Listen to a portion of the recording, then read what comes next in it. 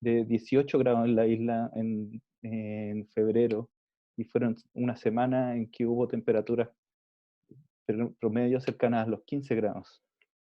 Entonces, el cambio climático para esa zona está aceleradamente presente. Es por esto que se han hecho estudios que en los últimos 50 años de climatología de la zona se ha descubierto que esta es una de las zonas más afectadas por el calentamiento global, con aumentos de temperatura de alrededor de 2,5 grados Celsius por sobre las medias anteriores. Esto acentuado en los últimos 30 años la mayor aumento de esta temperatura. Las áreas libres de hielo se encuentran con esto, o sea, sin hielo, desde hace 1500, 10.500 años a 4.500 años, separados en dos zonas muy claras. Les voy a mostrar un mapa más adelante. Investigaciones recientes desde este año, la historia geológica de la Antártica nos indican que desde la época del Gondwana se viene separando este continente especial en que se encuentran numerosos fósiles y se han encontrado también numerosas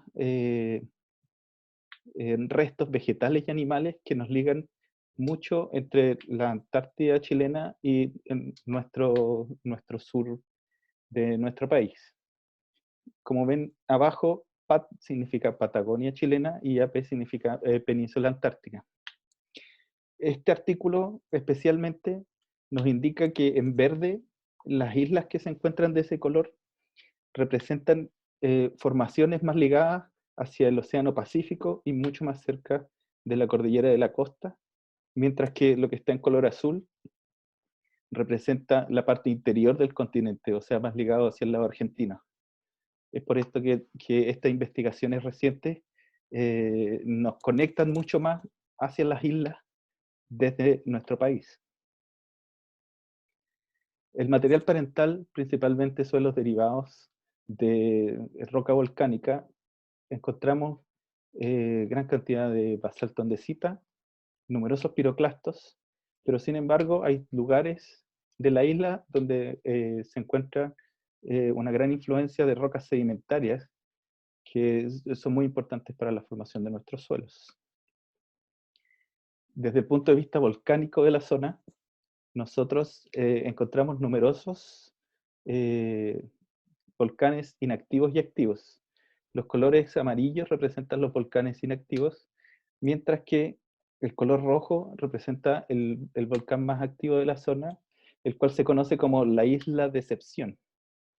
La Isla Decepción se encuentra al sur de las islas conocidas como las Shetland Islands, y se encuentra muy cercano al lugar donde nosotros estamos haciendo nuestra investigación. Cabe mencionar que la isla en este momento, en algún tiempo, fue un centro de operaciones ballenero, en los años 1800 hasta el 1900, pero numerosas explosiones volcánicas en el 1967, 69 y 1970 detuvieron las faenas que ocurrían en esa zona.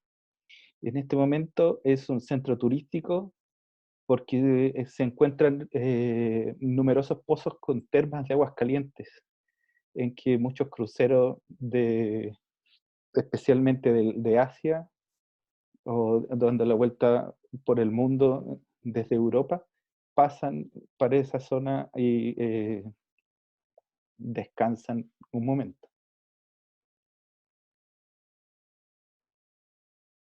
Los organismos presentes en la zona en su mayoría son líquenes y musgos. Existe una gran variedad de musgos presentes en la zona y de líquenes, y principalmente los más conocidos son la Usnea antártica y la Sanonia. Estos se encuentran en zonas bajas, principalmente protegidas del viento y dándole la espalda al glaciar, evitando los vientos polares. Los animales presentes en la zona, los más importantes son las aves. Las aves como la escúa, las gaviotas y los pingüinos son los que aportan la mayor cantidad de materia orgánica presente en nuestros suelos. Estas nuevamente se encuentran ligadas cerca de las costas de nuestra isla y muy pocas veces se ven vuelos que cruzan de un lado hacia otro. Dentro de las islas existen zonas de acumulación o de anidado antiguo y reciente, y existe una zona especialmente protegida que se llama la isla de Arley, donde aún existen numerosas colonias de pingüinos. Parte importante de los organismos es la actividad humana. En estos 7 kilómetros cuadrados nosotros nos encontramos con 4 estaciones científicas de distintos países. Esas 4 estaciones corresponden a la estación de China, la estación de Chile, la estación rusa y una estación uruguaya. También en esta misma isla nosotros encontramos un aeropuerto, el aeropuerto chileno, que se usa como vía de entrada para las islas y para la península antártica por todos los países que van hacia la zona.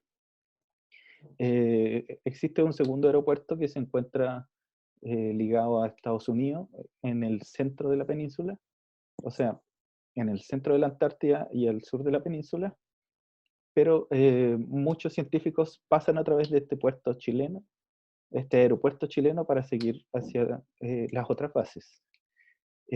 También nosotros observamos instalaciones militares en la zona, en el que Chile instaló o quiso instalar una colonización conocida como Villa Las Estrellas. Esta funcionó hasta el 2010, creo, y luego la gente que vivía ahí se retiró hacia el continente, dejando las casas para los servicios militares que aún permanecen en la zona. Eh, la cantidad de gente presente regularmente es de 300 personas durante todo el año, pero durante el verano se duplica a más de 1000 o 1500 personas ligadas a las ciencias y a los movimientos militares. Y cada semana llega 1 o 2 cruceros con cerca de 600 personas más recorriendo la zona. Entonces la intervención humana ha ido creciendo y ya presenta parte muy importante de la evolución de los suelos de la isla.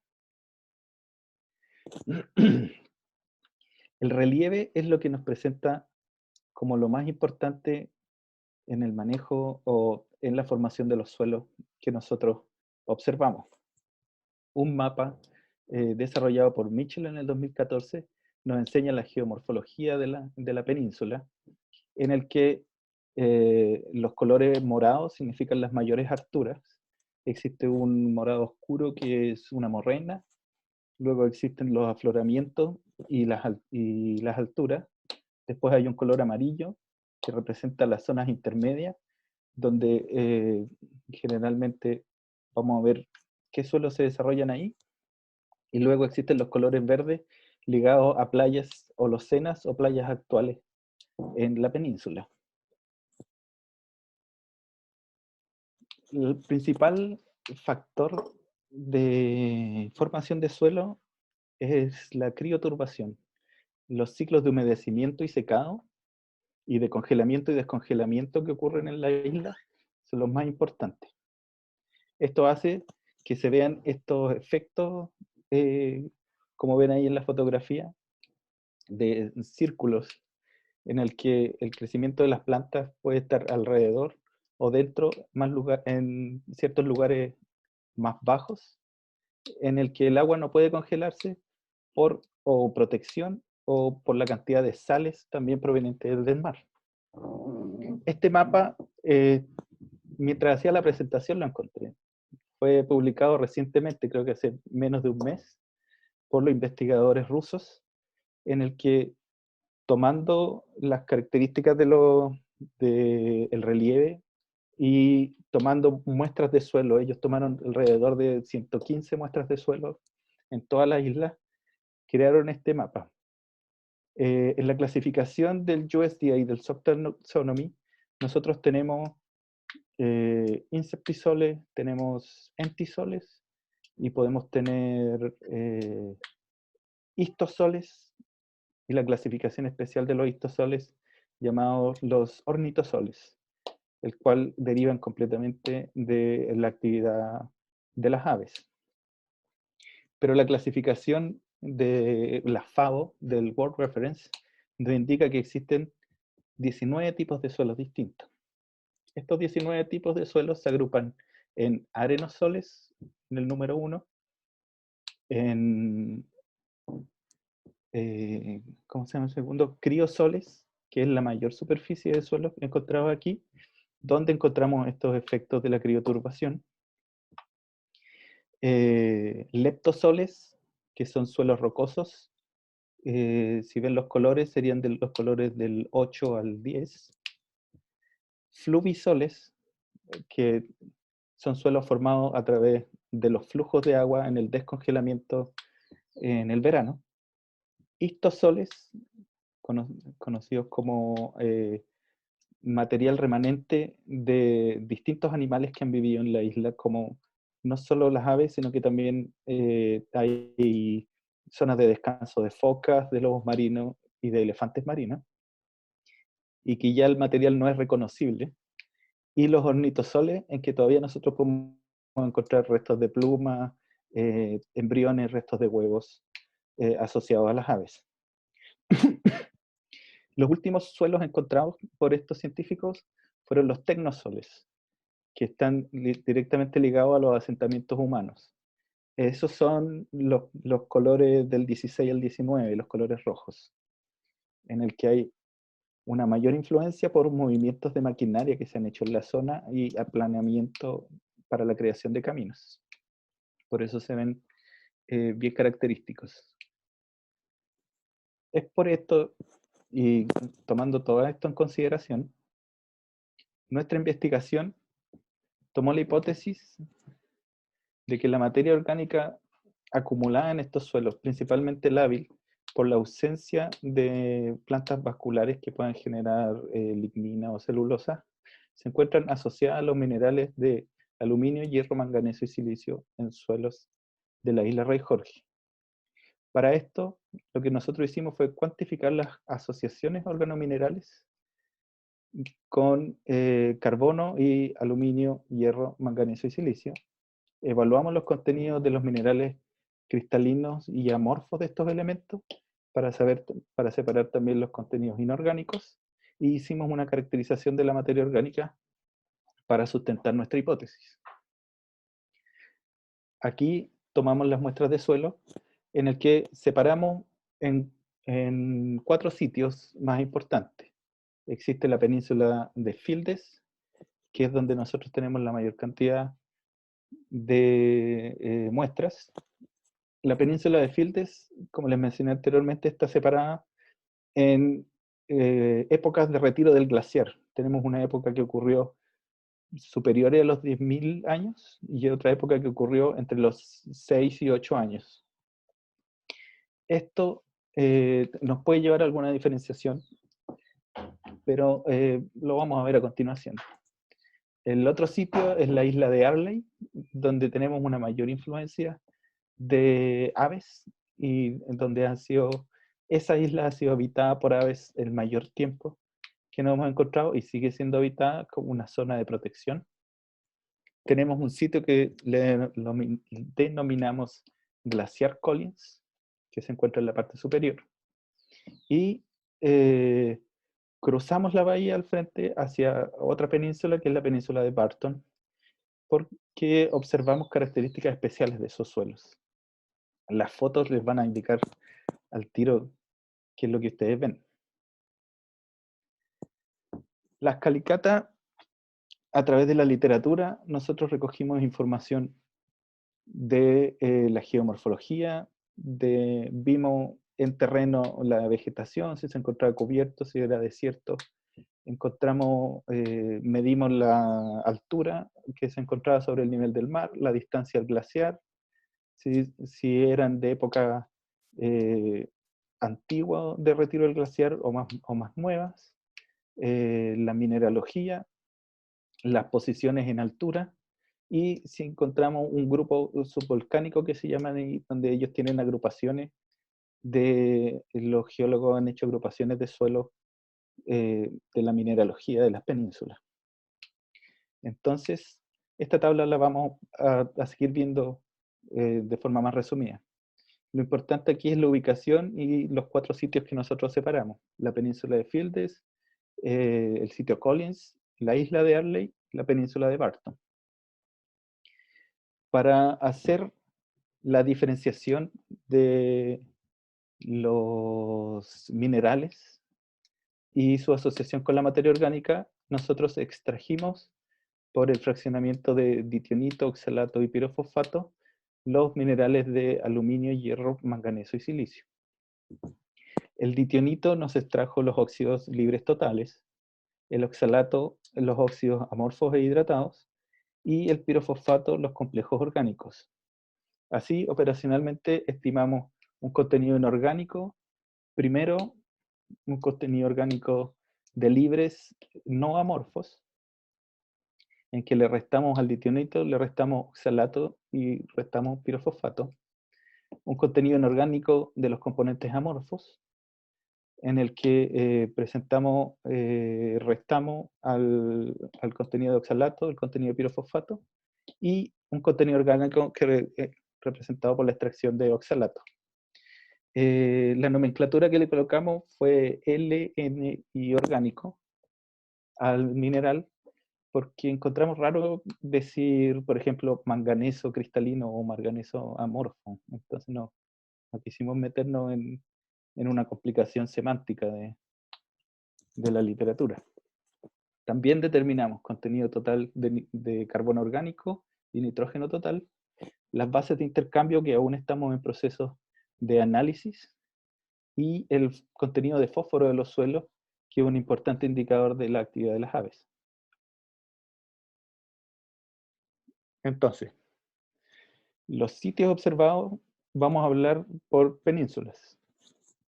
El primer sitio es la península de Arley, que principalmente encontramos zonas desérticas, desiertos fríos y desiertos polares, de altura y de mediana altura, en el que en los puntos más bajos encontramos una protección para el crecimiento de líquenes, hongos y musgos. Existe cierto grado de el proceso de brownización o de pardeamiento de los suelos por la interacción del hierro libre con ciertos componentes de arcilla. Los horizontes encontrados a través del perfil nos representan una poca diferenciación de horizonte, una acumulación de material fino en superficie y luego una capa de roca meteorizada, generalmente entre los 20, 30 o 50 centímetros. Las zonas de los paisajes generalmente son muy similares, poca vegetación presente, sobre todo en la parte central de la isla, y apareciendo más hacia las playas. La primera tabla es el resumen de la tabla presentada anteriormente. Disculpen el Spanglish, hay algunas palabras que se me olvidó traducir. Mientras que la información de abajo representa los contenidos, el pH encontrado en estos suelos. Algunos fueron medidos in situ y otros fueron llevados al laboratorio, en el que al tener un suelo seco se acumulan las sales y presenta un mayor contenido o sea, un pH más alto. Pero en terreno, con la cantidad de agua que hay, el pH oscilaba también entre los pH 7. El contenido de arena siempre es superior al 75%, mientras que los contenidos de arcilla no eran superiores al 6% en estos suelos. El carbono total siempre fue inferior a un 1%, en el que en la zona del lago Uruguay es la más alta que encontramos en esta zona. El calcio es el catión dominante, muy cercano del manganeso, pero la presencia de sales como sodio también solamente se observa en gran medida en el lago, en la zona del lago Uruguay. Para presentar la asociación que nosotros estamos investigando, hicimos este tipo de gráfico en el que en la torta redonda se observan las asociaciones minerales o la presencia de los minerales. Como vimos anteriormente, N significa lo no cristalino o lo paracristalino, mientras que el L significaba lo ligado a los minerales. Y extrajimos de ahí una columna de la torta que indica las asociaciones orgánicas. En general, el carbono presente en el suelo se encuentra asociado a estos elementos. El aluminio orgánico es el que presenta la mayor asociación, por ejemplo, en las zonas de altura de Rusos Altos o en las zonas más lejanas de donde le pusimos Valle Grande. Esas zonas son las que tienen más tiempo de exposición y menor, no, me equivoqué de la palabra, iba a decir más tiempo en años de retiro del glaciar. Mientras que la zona que le denominamos Collins está muy cercana al frente del glaciar. Ese sitio llamado Collins es conocido como el Domo Bellinghausen, en que no se considera, o algunos investigadores no lo consideran glaciar, porque es una masa rocosa congelada aún. El glaciar propiamente tal para ellos empieza después de ese domo, en la zona en que nosotros conocemos como la zona Collins. El sitio Lago Uruguay presenta un mayor contenido de carbono libre, principalmente nosotros creemos ligado a la actividad humana y a la actividad eh, de las aves, pues este se encuentra mucho más cerca de la costa, con una protección hacia el glaciar, pero es conocido por el lago Uruguay porque está muy cerca de la base de investigación uruguaya y es de donde ellos mismos obtienen su agua potable. Entonces hay una intervención humana ligada a ese sitio.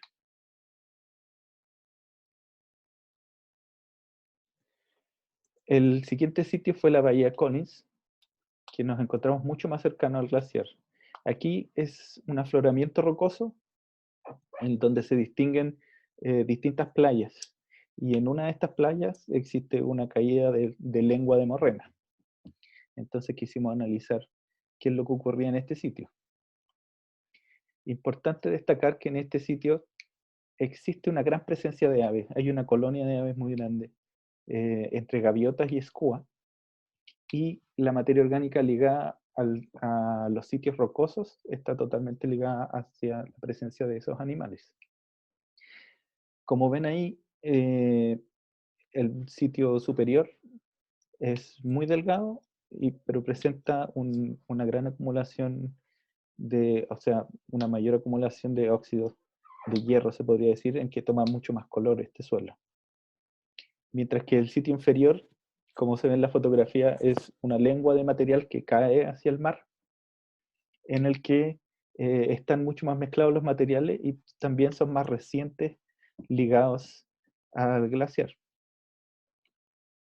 Dentro de este sitio nosotros encontramos una condición especial que es la protección para el crecimiento de una de las dos especies vegetales presentes en la isla.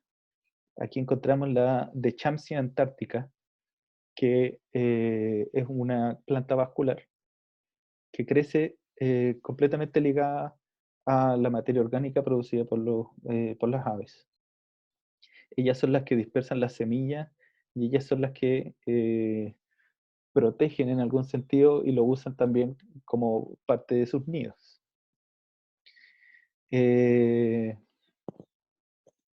Como ven en la tabla, tenemos una mayor diversidad de materiales parentales y de mineralogía. La presencia de arcilla es mayor, sobre todo abajo donde tenemos materiales mezclados, que esto puede decir que son materiales que vienen directamente ligados desde el glaciar, en el que también se observa una mayor suma de bases y un mayor contenido de calcio. El contenido de materia orgánica o de carbono orgánico sigue siendo bajo, sigue siendo inferior a un 0,5%. Para estos tipos de suelos, la mayor contenido de suelos no se encuentra asociado. Esto puede ser porque los tiempos que se necesitan para crear estas asociaciones, que son asociaciones químicas, no se han logrado todavía y la acumulación está ligada más a la presencia de los animales que a la permanencia en el suelo. Estos sitios presentan un alto contenido de elementos amorfos, que son superiores a los elementos cristalinos observados. El siguiente sitio es un sitio de conservación de la biodiversidad, en el que existe una mayor presencia de musgos y líquenes en los suelos, un mayor contenido de materia orgánica, pero también existe, creo yo, un mayor tiempo de evolución de nuestros suelos. Este sitio está protegido de los vientos glaciares y más cercano hacia la costa, entonces permanece por mucho más tiempo sin estos ciclos de congelamiento y descongelamiento, aunque sí también ocurren ahí. En la fotografía se ve más o menos el paisaje, que sigue siendo muy ondulado, con numerosos afloramientos rocosos, y el perfil que se observa es un ornitosol sobre una roca, en el que el 30% de ese material es materia orgánica ligada a los pingüinos.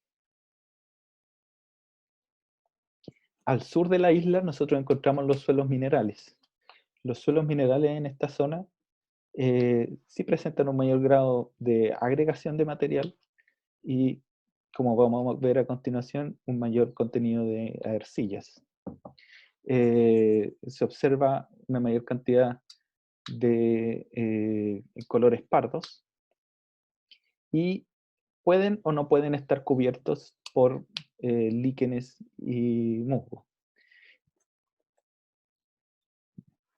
Los tres suelos estudiados en esta zona representan dos suelos minerales en el que el material parental aquí sí es basalto andesita indiscutiblemente, mientras que el suelo que justo me salió un pedacito de mi dedo ahí marcando, eh, representa el suelo ornitosol.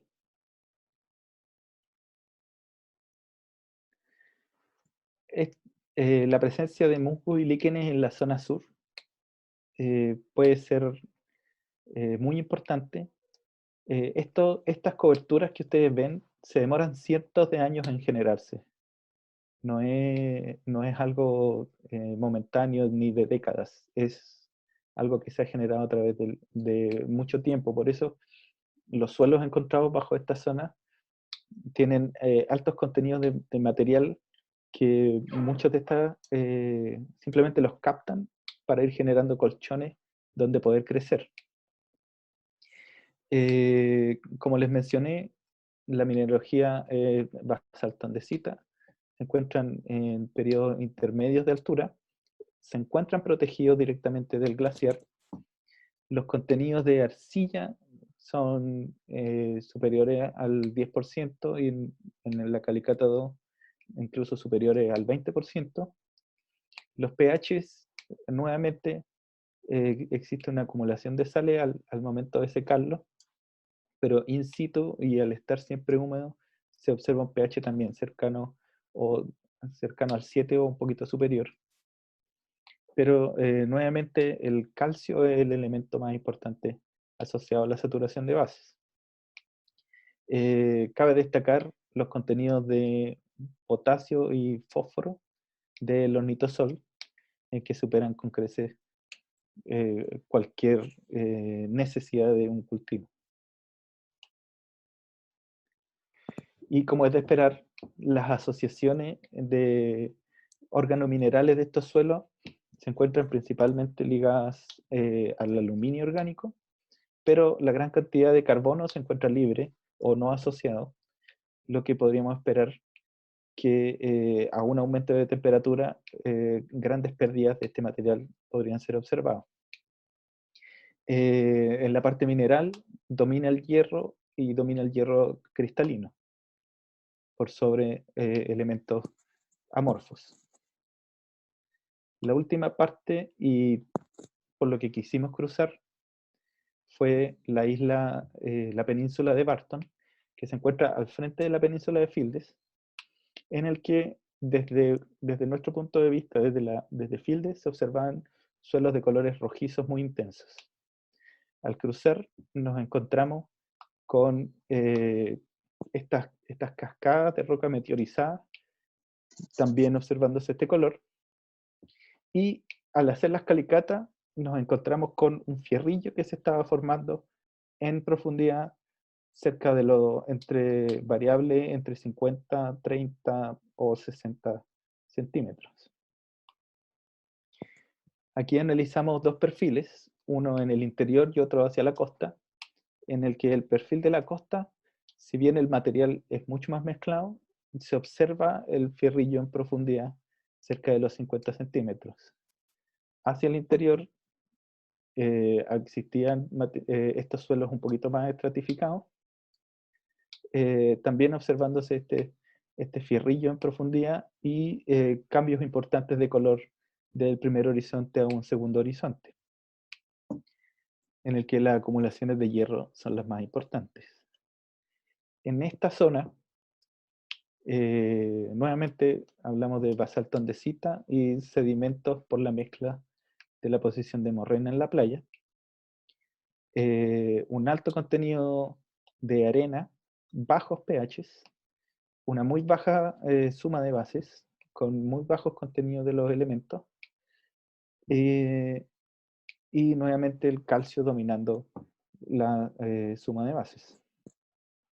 En relación al carbono, nosotros que encontramos que en la playa, en suelo sedimentario, simplemente todo el carbono existente estaba ligado a los minerales, especialmente silicio y aluminio.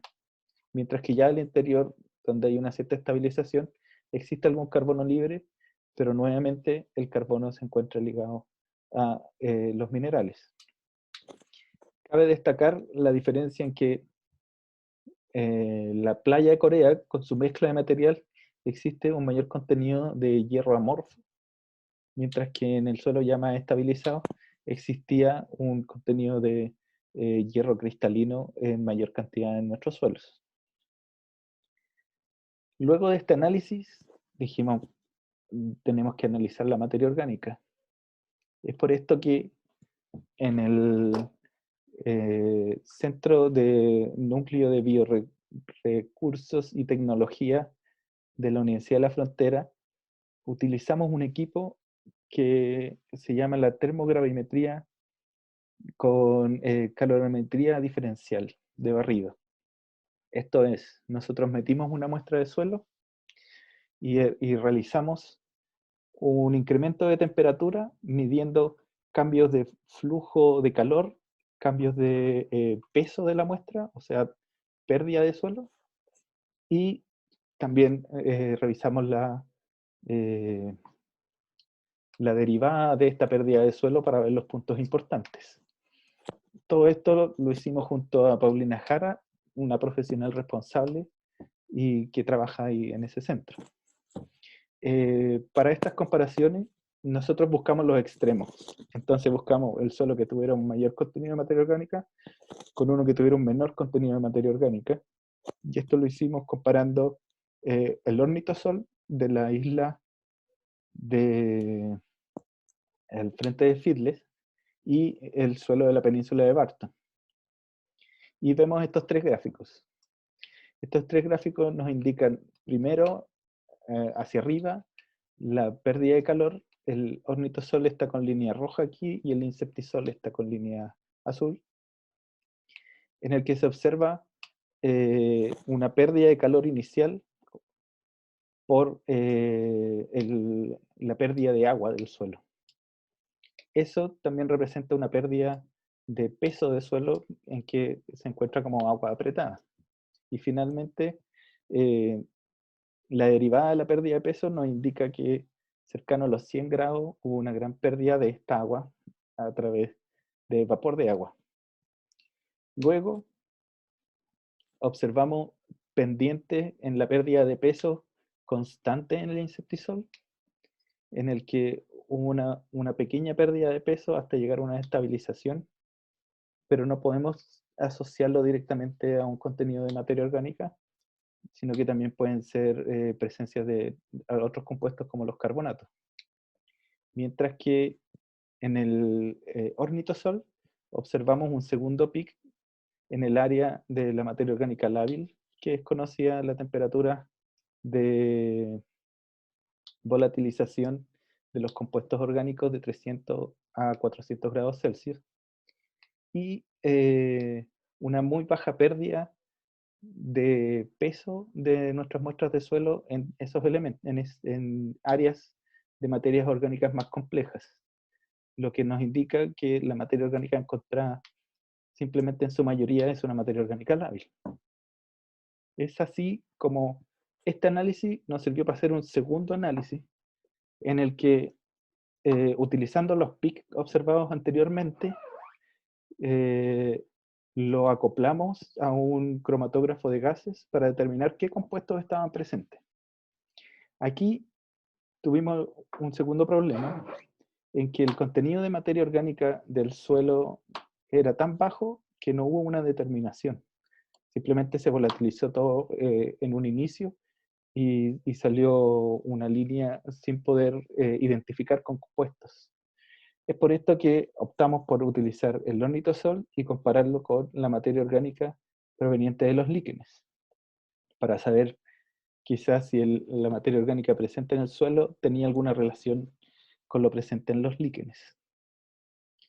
Y lo que encontramos fue lo siguiente, en el que en un inicio la materia orgánica lábil, los dos compuestos presentan una forma similar. Aquí el ornitosol se presenta en celeste y el espectro del líquen se presenta en rojo, indicando que la descomposición del líquen fue mucho más rápida que la descomposición o lo encontrado en el suelo.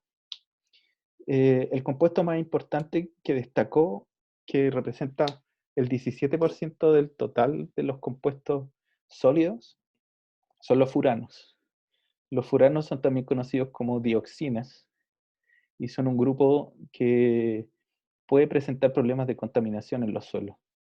Estamos investigando en este momento para saber si este grupo, que tiene una volatilización, una temperatura de volatilización de más o menos 40 grados Celsius, por lo que es difícil encontrarlo en otros sitios o en otras temperaturas que tuvieran una amplitud térmica mucho más grande,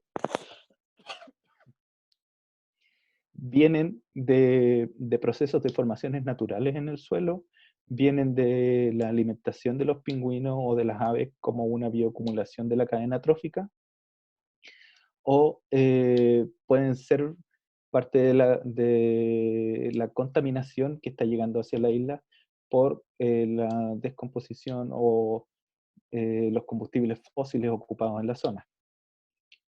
Antes, en los años 1800, existían tanques de petróleo en la zona y hubo una gran actividad ballenera, por lo que numerosos barcos circundaban esta área antes de ser un área protegida.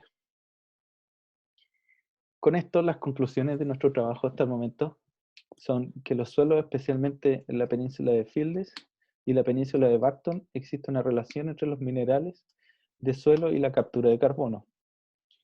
A mayor cercanía del glaciar, mayor es la proporción de los óxidos activos o los óxidos amorfos en el suelo, y estos podrían relacionarse con cenizas volcánicas de antiguas explosiones que se encuentran atrapadas en los hielos y han sido liberadas periódicamente.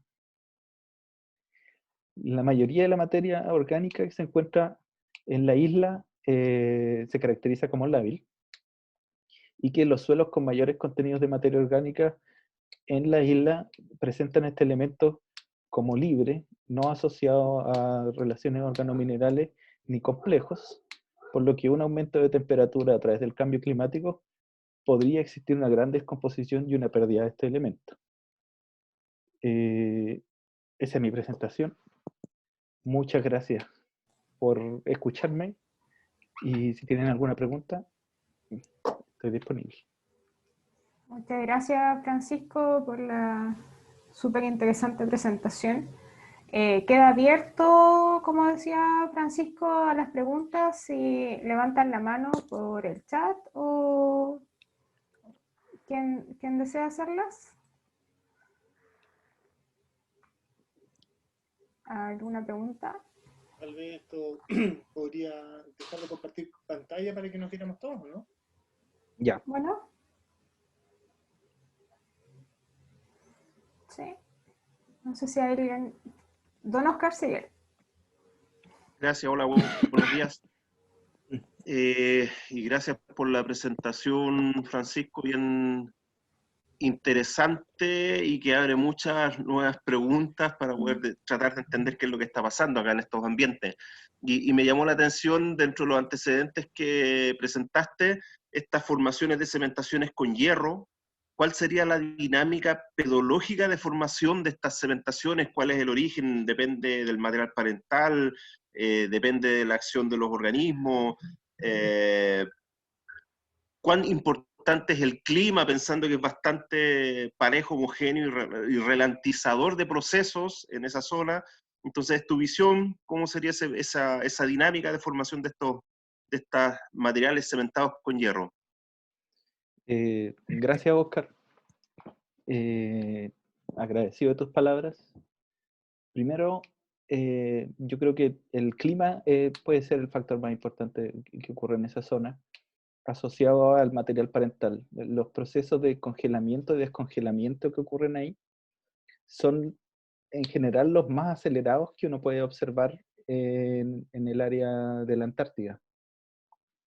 Si bien las temperaturas no son las más bajas, existe una gran oscilación térmica durante el año, en el que, como vimos en la fotografía, los procesos de crioturbación de las rocas son los que predominan. Existe una gran diversidad de microorganismos presentes, existen muchos hongos, existen bacterias que están trabajando activamente en la obtención de esos minerales y quizás también en el consumo del carbono que llega, que puede ser lo más limitante de esa zona.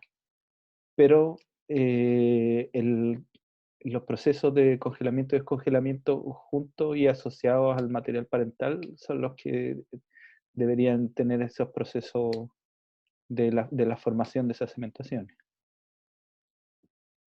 Complementando mi pregunta, perdón, ¿cuál sería las condiciones que determinan la distinta profundidad a la que los encontraste? Porque tú hablaste de un rango de profundidad que igual era considerable. Lo que, por literatura, lo que he leído, nosotros no encontramos en los tiempos que nosotros fuimos, por ejemplo, hasta 1 metro podríamos encontrar el permafrost.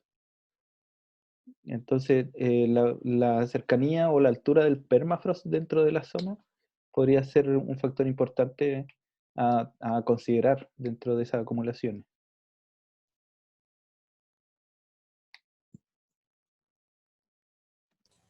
Gracias. ¿Alguna Bueno, otra pregunta? ¿Alguien desea preguntar? Oh, José. Bueno, uno de los aspectos que señalaste durante tu presentación, en donde, por cierto, se agradecen todas las fotos, que son muy ilustrativas para comprender un poco la dinámica de la formación del suelo, tenía que ver en cierta medida con los procesos de crioturbación como forzadores en cierta medida de la evolución del suelo. En ese contexto, simplemente por preguntar, porque lo desconozco dentro de tu tesis doctoral, si es que han buscado algún tipo de metodología para evaluar cómo estos ciclos de crioturbación permiten el desarrollo finalmente de estructura, que es uno de los aspectos que es bien relevante para todos los procesos de transporte que ocurren finalmente en esta capa bien delgada del suelo que se forma dentro de ese tipo bien específico de ambiente. Sí, eh, estamos evaluando cómo podríamos determinar el efecto, cómo cuantificar el efecto de crioturbación, porque también los procesos erosivos dentro de de estas pendientes tan cambiantes, eh, tendríamos que quizá hacer algo medio sitio específico, buscando alguna captura de material, dejando alguna forma de medición durante un año corrido o más. Pero el principal efecto de esta crioturbación es el fragmentamiento de la roca. Y después, al congelarse el suelo hacia el inferior, existe un levantamiento de este material, en el que me acuerdo muy claramente cuando nos presentaron los suelos de Islandia, se observaba muy claramente el efecto de ese levantamiento rocoso. Al momento de congelarse el suelo, rocas completas salían hacia arriba. Y después esa roca, al descongelarse, se quebraba y formaba material. Ya, pero por ejemplo, en esa misma línea, o sea, una cosa es lo que tiene que ver con cómo se transforma el material parental que finalmente va a dar origen a suelo, pero en estricto rigor, por ejemplo, no tienen registros de temperatura en esos pequeños perfiles que ustedes tuvieron para conocer un poco cómo es la dinámica en el tiempo, cuáles son las mínimas, las máximas temperaturas que ocurren, porque por ejemplo, en países nórdicos como Dinamarca o el norte de Alemania, en suelos ya formados, esta dinámica de altas y bajas de temperaturas bajo cero también son en cierta medida precursores de formación de un tipo bien específico de agregado. ¿No están mirando esa línea o simplemente se están enfocando en la parte de la interacción que se produce a nivel del material parental? Este proyecto generalmente, o sea, principalmente nos estamos enfocando en las relaciones del efecto del cambio climático en el carbono y la conservación del carbono, cómo pueden ser los procesos en que se está manteniendo el carbono en el suelo bajo este efecto de aumento de temperatura. Pero no nos hemos metido directamente hacia los procesos de formación de suelo o erosión y formación de agregado. Es una línea muy interesante de seguir investigando. Y como les mencioné al inicio, este proyecto está financiado por el Instituto Chileno Antártico, en el que cuenta con fondos concursables anualmente. Lamentablemente este año cierran ahora a fin de mes. Creo que queda una semana y media para postular. Pero si uno trabaja, hay muchos investigadores ligados a distintas universidades que están yendo a la Antártida año tras año a recoger información climatológica, a recoger información geológica. Tenemos mucha información en las tesis de la Universidad de Chile, en la Universidad Austral, en la Universidad de Magallanes. En la Universidad de la Frontera están trabajando mucho con microbiología de suelos y la obtención de ciertos microorganismos que puedan ser resistentes y ocupables para, por ejemplo, biofertilizantes en climas extremos. Y también la Universidad USACH tiene un amplio laboratorio de investigación de cómo los microorganismos presentes ahí presentan resistencia a la radiación UV. Entonces, existe mucha investigación en la zona, pero también no existe, eh, hasta hace poco, no existía tanta investigación ligada a los suelos de la zona. Existe mucha investigación marina, existe mucha investigación biológica, pero nosotros vimos que desde hace un tiempo quizás hayan ciclos de conocimiento. En el año 1990, el profesor Walter Lucio fue para allá con algunos tesistas y hicieron descripciones químicas de suelo, que esa información no ha sido publicada aún en revistas científicas. Hace poco el profesor Roberto Godoy fue e hizo una caracterización de hongos y líquenes de la zona, con un trabajo publicado con el profesor James Boyd. Pero, y existen informaciones de rocas, por ejemplo. Pero estuvimos investigando y mucha de la información de suelo está en ruso. Los rusos han hecho harta investigación glaciológica y de suelo, y esas traducciones, pucha, son un poquito más complicadas y nos demoran un poquito más de tiempo, pero de la parte física y de la mecánica de los suelos yo todavía no he visto mucho.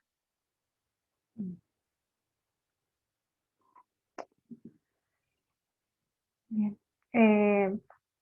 Francisco, tengo yo varias preguntas derivadas de lo que tú mencionabas al final de tu presentación, con estas otras interrogantes que surgen por el tema del cambio climático, ¿no? Tú señalabas que el tema de suelos ha sido muy poco estudiado en estos ambientes y que son de los que, según lo que dice la literatura, de los ambientes más perjudicados también por el cambio climático, el retroceso de los glaciares, etc.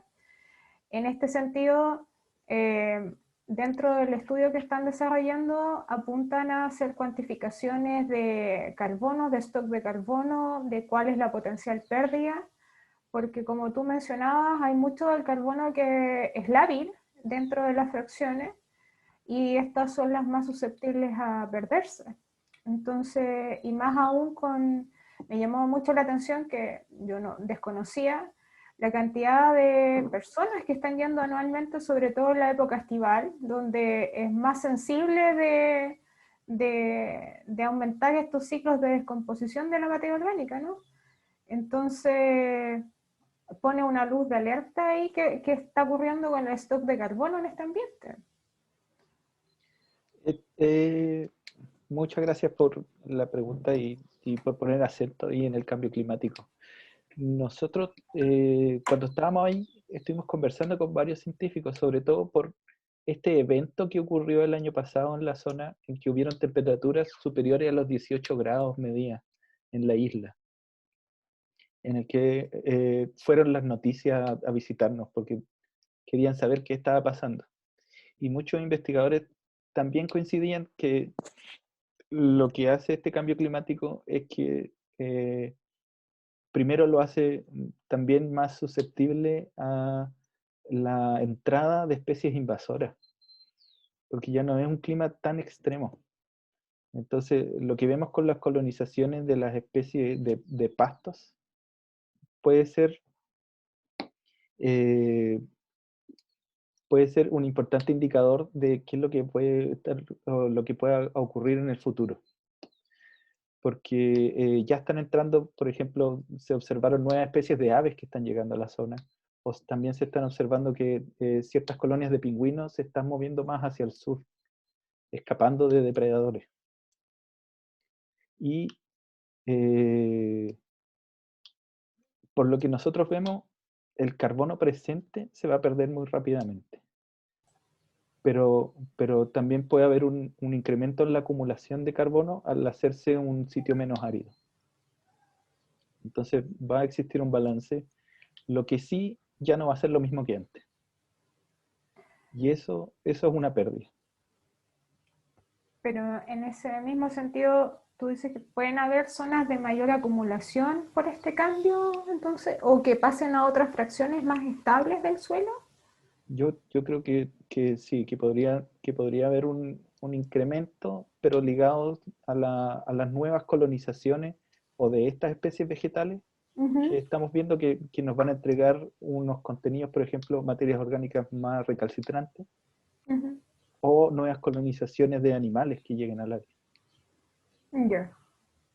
Existe sí también un tema importante que es los contaminantes. La contaminación en el área a través de los barcos mercantes, a través de los cruceros que llegan mucho.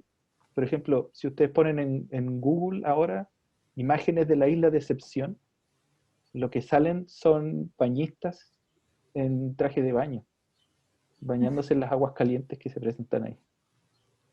No existe. O fotografías de antiguas balleneras que hay en la zona. Ya. Pero el tema de la intervención humana va en aumento, simplemente. Es muy difícil de controlar eso. Hay una pregunta en el chat de Gonzalo. ¿Cuántos mapas de suelo más o menos crees que hay por la zona? El mapa que puse en la presentación es el último publicado.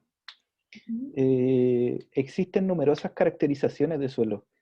Si bien hay harta información relacionada a los procesos de formación de suelo y a los suelos encontrados, existen publicaciones de los investigadores chinos que han hecho hartas cosas, existen publicaciones en revistas uruguayas, y existe esta publicación que creo que es el mapa de suelo que se ha hecho en la zona. Porque anteriormente yo había encontrado mapas de geomorfología, mapas de geología, hay mapas de caracterización de los flujos de agua, pero mapas de suelo creo que este es uno de los más importantes, este creo que es el primer mapa de suelo de la península. Creo que existió algún grupo que hizo un intento también de mapas en grandes grupos de suelo, pero este es mucho más detallado, el citado como mencionan en los comentarios. Sí, y en ese sentido, Francisco, ¿tú ves que, porque estás más familiarizado trabajando con el Instituto Antártico y otras fuentes, ¿no? en ese ambiente, de realizar mapas que como zonas de más o menos riesgo asociado al cambio climático y cómo pueden alterar, por ejemplo, el contenido de carbono, o zonas de diversidad, como tú mencionabas, que hay una gran diversidad de organismos y de microorganismos debido al cambio climático o hasta intervención humana creciente en las distintas islas? Sería como, hay posibilidad de realizar esto, como poner en el tapete de que van a haber zonas con más riesgo o menos riesgo debido a los cambios. Yo lo que he observado de las postulaciones a los proyectos que he leído es que la pregunta científica es muy importante para la formulación del proyecto.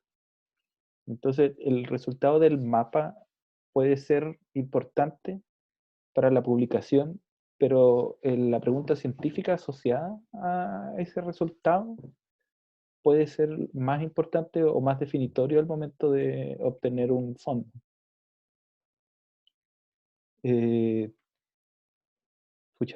Hablando un poco de los fondos, si quieren, existen 5 o 6 bases antárticas en distintas zonas, en las distintas islas. Y para nosotros los procesos de suelo son mucho más importantes o son mucho más rápidos, no en el continente, porque el continente es mucho más árido, con una cobertura mucho mayor de nieve, mientras que en las islas sí observamos los cambios que pueden, no sé, nosotros hemos ido 2 veces, al año siguiente ya la colonización de especies vegetales era mucho mayor que el año anterior. Y eso es porque hubo una mayor cantidad de luz en el verano y mayores temperaturas. Entonces, los cambios estacionales también son muy importantes, y eso sí se notan mucho más claramente en las islas. Existen investigaciones que van desde los sedimentos que caen al mar hasta investigaciones glaciológicas en que uno va directamente al glaciar a sacar columnas de nieve y ver los sedimentos que se encuentran ahí. Es por eso que yo creo que la pregunta de investigación asociada al mapa es mucho más relevante que el objetivo de tener un mapa. Sí, claro. ¿Alguna otra pregunta? Yo tengo una pregunta.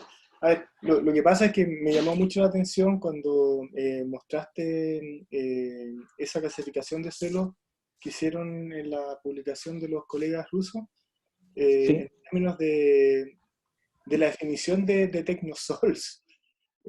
Porque en el fondo lo que tú planteaste, yo no leí el paper y sería bueno que eventualmente nos envíes la información de que la definición de Tecnosol pasa en cierta medida, bueno, porque está asociado a asentamientos humanos, lo cual es claro, pero también porque han sido sitios que han sido transitados, que si en el fondo sujetos al efecto de un tipo de estrés que finalmente determina que puedan ser definidos como Tecnosol. Pero si uno en cierta medida hace esa generalización, uno podría llegar a la conclusión de que un porcentaje muy importante de suelo a nivel mundial, toda vez que han sido transitados, podrían ser también definidos como Tecnosol. Entonces, no sé, tal vez si leíste un poco más en detalle ese paper, ¿hay algún otro elemento adicional que permita definir por qué es un Tecnosol o por qué no es otro suelo? en general, ahí compartí el link del artículo. En general, esos suelos no es simplemente el tránsito, sino que es la construcción de caminos para tránsito. Entonces, son específicamente los caminos donde pasa maquinaria y pasan vehículos, y eso pasa durante todo el año. Especialmente en el verano, el recorrido que ocurre ahí es casi un tránsito de una zona rural normal, en el que uno ve un vehículo pasando 1 o 2 veces al día, y hay días en que cuando llega un avión tenéis 200 personas que llegan a la isla o 200 personas que se van de la isla.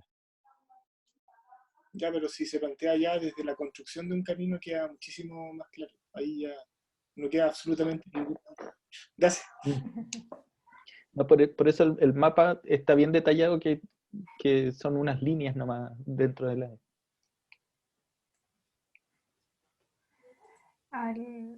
No sé si hay más consultas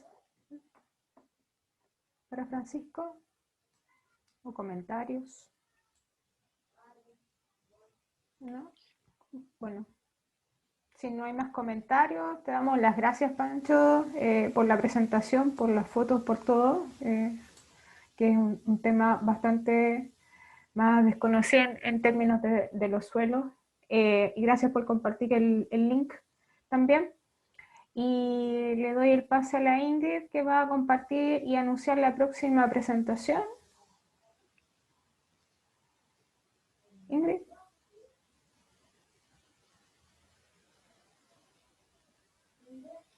Ingrid está bueno, José la está...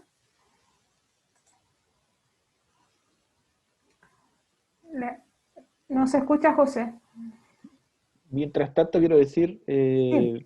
muchas gracias por la invitación, muchas gracias a todos los que asistieron, y puse más que nada la fotografía porque sé que es un sitio muy difícil de visitar, y que para que vean la inmensidad de los paisajes y de la geología que nos encontramos allá.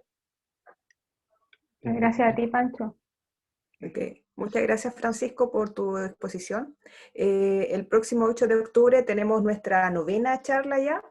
Está a cargo del doctor Jorge Chevers, de México, de la Escuela de Posgrado. Y el título de la charla es Captura de carbono y restauración de suelos volcánicos endurecidos. La cita es a las 11:30 horas. Le vamos a enviar la invitación a los que estén atentos y quieran participar de esta charla.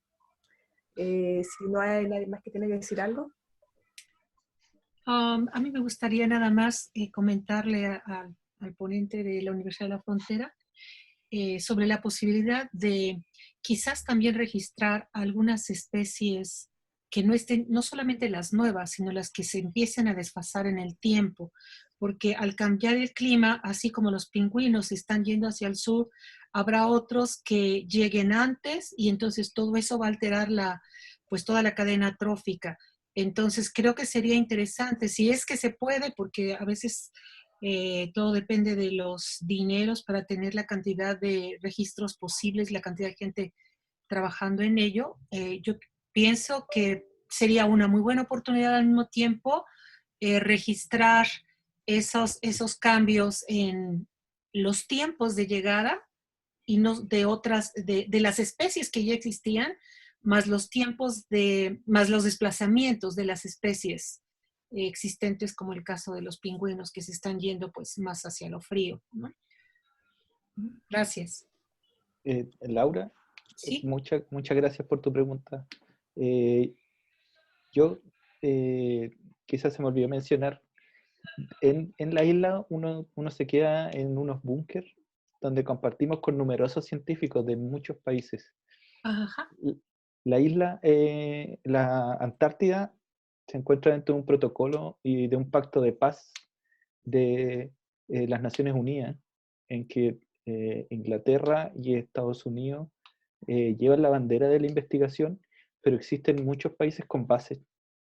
Entonces, por ejemplo, gente de Portugal trabaja en el reconocimiento y en la caracterización de las especies de líquenes de la zona.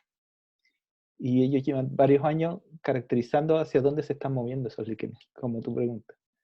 Existe gente de Ecuador, existe una base ecuatoriana muy cerca, en el que también se están trabajando en numerosas actividades, sobre todo a través de la biología marina, y se está llevando hacia la Tierra.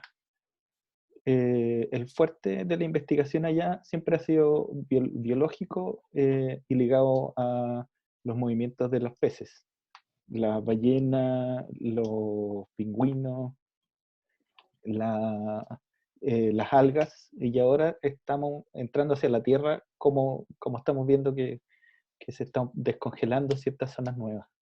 Entonces lo que tú dices es muy interesante y nos encantaría poder llevar un registro durante el tiempo de lo que estamos observando. Creo que tienes toda la razón y son ideas de investigaciones futuras.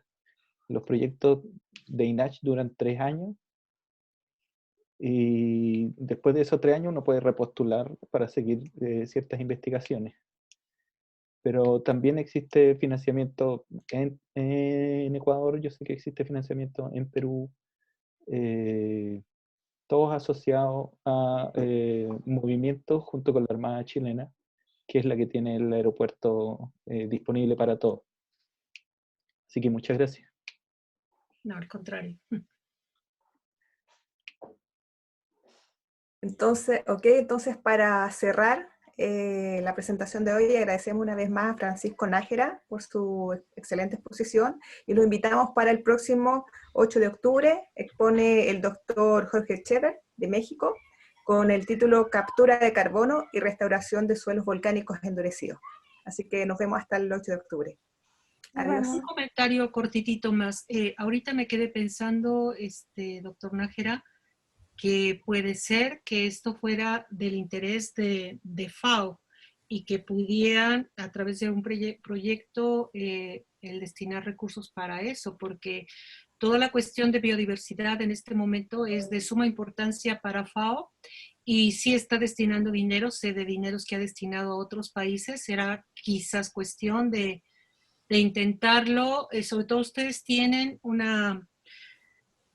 en Chile tienen una representación especial para toda Latinoamérica, exactamente ahí en Santiago.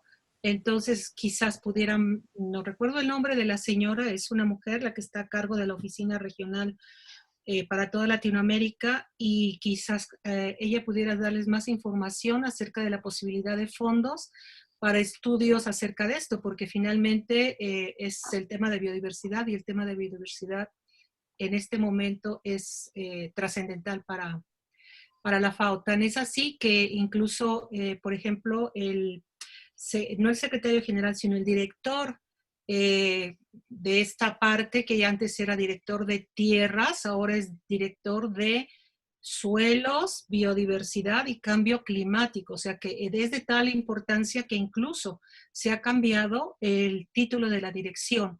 de la Dirección General dentro de FAO para no solamente abarcar tierras, sino abarcar ahora específicamente suelos, biodiversidad y cambio climático. Entonces creo que sería una posibilidad, quizás no este año, porque bueno, este año, bueno, todos sabemos que el problema que tiene, pero yo te sugeriría estar en contacto con la representante regional para Latinoamérica. Seguro va a haber fondos. Muchas gracias, voy a averiguar inmediatamente.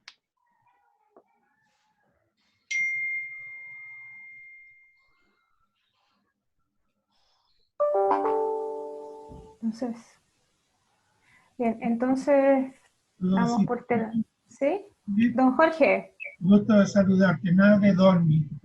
Oye, solamente recordarles a los que estamos en el hemisferio norte que el día 3 de octubre nosotros cambiamos la hora, que es lo que me pasó el día a mí. Se me olvidó que teníamos 2 horas de diferencia, pero a partir de 3 de octubre vamos a tener 3 horas de diferencia en el caso de México y el centro de Estados Unidos, y obviamente que en Europa también. Entonces, en vez de empezar a las 9:30, tenemos que empezar a las 8:30 de la mañana. ¿Sí? Ok. Un recordatorio. Doctor, qué bueno que lo dice, porque también, según yo, entré 15 minutos antes y resulta que entré tarde, porque no sabía que estábamos a diferente horario, disculpen. Ok, me pasó lo mismo, se me O olvidó sea, que eso. la siguiente vez serían 3 horas de diferencia. Sí, porque el 3 de octubre es el cambio. Primera O sea, que semana. para nosotros en México sería a las 7 de la mañana. No, 8:30. A las 8:30, ok, porque si no. 11:30, 10:30, 9:30, 8:30. No. ¿Sí? Ok, gracias. Ok, pues nada. Buena información. A saludarlos, adiós. Gracias, Jorge, Jorge. nos Buena vemos entonces en la información, que estén próxima muy charla. bien. Gracias. Chao. Chao, chao. Bye, bye.